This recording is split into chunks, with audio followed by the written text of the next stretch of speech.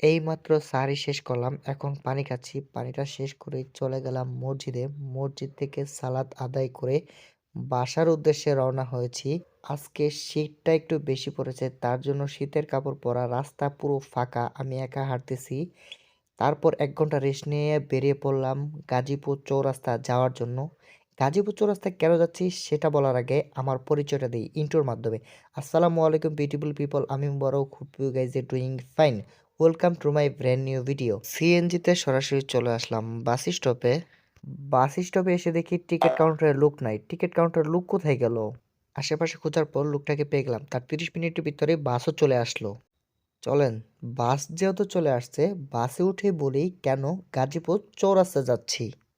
গাজীপুর চৌরাস্তা যাচ্ছি মূলত পাসপোর্ট করার জন্য। দাঁড়ান, একটু ভালো একটা সিট পেয়ে নেই, কারণ ভালো একটা সিট না পেলে বসে মজা পাবো না, আর আপনাদের সাথে কথা বলেও মজা পাবো না। আগে একটা সিটের ব্যবস্থা করতে হবে, প্রত্যেকটা সিট একটু ঝামেলা। একটা সিট পেলাম। এখন বসে বসে আপনাদের সাথে গল্প করতে করতে আর প্রকৃতির পরিবেশ দেখতে দেখতে গাজীপুর চৌরাস্তা যাওয়া যাবে। জানালার পাশে বসে চারিদিকে সবুজের সমারোহ দেখতে পাচ্ছি। কৃষক তার নিজের হাতে কত সুন্দর সবুজের সমারোহ বানিয়ে রেখেছে। প্রকৃতির পরিবেশ দেখলাম আমি, আর সাথে সাথে বাসটা দাঁড়িয়ে গেল, অর্থাৎ বাস স্টপে দাঁড়িয়ে আছে যাত্রী নেওয়ার জন্য। আর সাথে সাথে আবার ছুটলো গন্তব্যের উদ্দেশ্যে। ইট সিমেন্টে তৈরি করা ঘরের পাশাপাশি দেখতে পাচ্ছি মাটির ঘর। ডান পাশে দিয়ে দেখতে পাচ্ছেন মাটির ঘর। এই মাটির ঘর গাজীপুর জেলায় অহরহ রয়েছে। অন্য কোন কোন জেলায় গাজীপুর ছাড়া মাটির ঘর রয়েছে সেটা আমি জানি না। আপনারা যদি জেনে থাকেন যে আপনার জেলায় কি মাটির ঘর আছে কিনা, তাহলে অবশ্যই কমেন্ট করে জানান।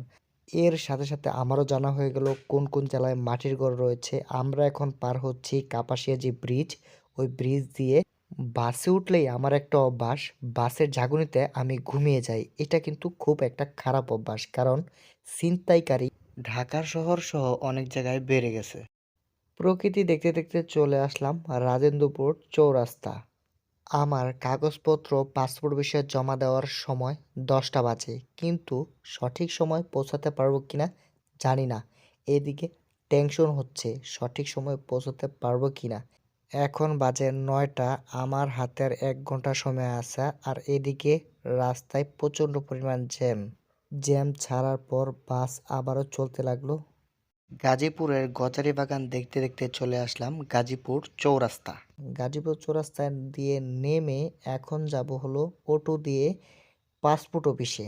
সঠিক সময়ে পৌঁছে গেলাম পাসপোর্ট অফিসে। আলহামদুলিল্লাহ, পাসপোর্টের সকল কাজ শেষ। ডেলিভারি পাবো ২৫ তারিখ।